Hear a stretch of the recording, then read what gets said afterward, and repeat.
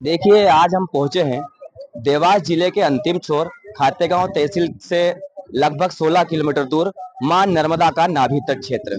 जहां पर अमावस्या के पावन पर्व पर हजारों श्रद्धालुओं की संख्या में यहां पर मां जीवनदायिनी के तट पर आप देख सकते हैं कि हजारों की संख्या में श्रद्धालु आए हुए हैं। यही बताते हैं कि मां नर्मदा का पवित्र नाभि स्थल यहीं पर विराजमान है। आपको बता दूं मैं कि बारिश काल के कारण जो है अधिकतर बारिश होने से मां नर्मदा का जो नाभि स्थान है वो अंदर पानी में चला गया है। जब बारिश के टाइमों में से हो जाता तो मां का जल कम हो जाता है, तब नाभि का जो स्थान है वो ऊपर आ जाता है।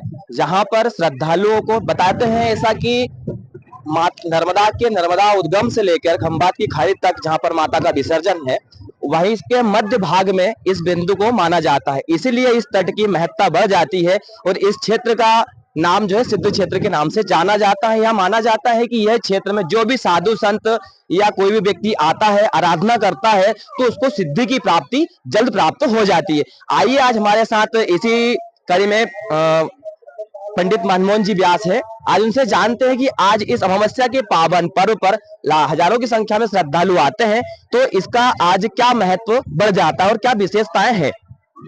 जी मन जी। नर्मदे हर आज अमावस्या का पावन पर्व है। वैसे तो अमावस्या प्रति माह आती है, लेकिन यह अमावस्या श्रावण माह की कृष्ण पक्ष की जो अमावस्या है, यह दर्श अमावस्या और हरियाली अमावस्या के नाम से भी जानी जाती है। आप देख सकते हैं किस प्रकार से चारों ओर प्रकृति में हरियाली छाई हुई है और पर्यावरण और हरियाली के विस्तार को लेकर के आज का दिन और भी पावन पवित्र हो जाता है। आप देख सकते हैं, आपने जिस प्रकार से अभी यहाँ पर वर्णन किया मां नर्मदा के नाभि तीर्थ का, तो अमरकंटक से लेकर खंभात की खाड़ी तक भगवती नर्मदा का यह मध्य भाग है, जहां पर नाभि स्थल यहाँ स्थित है। नाभि स्थल, नाभि तट पर भगवान सिद्धनाथ का अति प्राचीन मंदिर, सिद्धनाथ भगवान का जो ब्रह्मा जी के प्रथम मानस पुत्रों के द्वारा स्थापित है।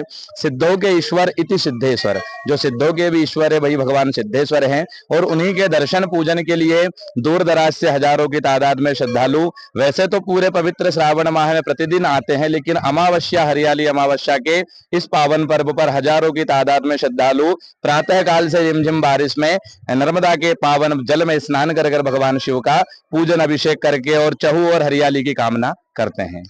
पंडित जी, ऐसा बताया जाता है कि यहाँ पर ये जो मंदिर है पांडव कौरव पांडव कालीन है यहाँ, और बताते हैं ग्रंथियों में बताया जाता है कि यहाँ पर एक ही मंदिर नहीं, यहाँ पर 3 मंदिर बताए जाते हैं। जैसे ऊपर बताया जाता है कि ऊपर ओमकारेश्वर है, बीच में सिद्धेश्वर है और नीचे तलहट में जो है महाकालेश्वर है। तो ये कहाँ तक सिद्ध है और क्या इसमें कहानी है। देखिए, प्रत्यक्षदर्शियों के अनुसार यह कहा जाता है, वैसे भगवान सिद्धनाथ के दर्शन तो आप सभी करते हैं, और सिद्धनाथ के ठीक ऊपर तल पर भगवान ओमकारेश्वर छोटे से शिवलिंग के रूप में एक छोटा सा मंदिर ऊपर की ओर में विराजमान है, जिनको भगवान ओमकारेश्वर के नाम से जाना जाता है।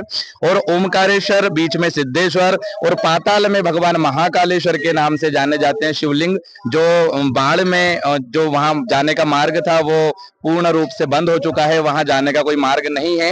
लेकिन जो पूर्वजों के द्वारा, प्रत्यक्षदर्शियों के द्वारा जो जानकारी हमें प्राप्त हुई है वो कि नीचे भी भगवान, यहाँ पर 3 शिवलिंग है, महाकालेश्वर, सिद्धेश्वर और भगवान ओमकारेश्वर, जिनमें से 2 के दर्शन तो हम सभी ने प्रत्यक्ष रूप से किए हैं।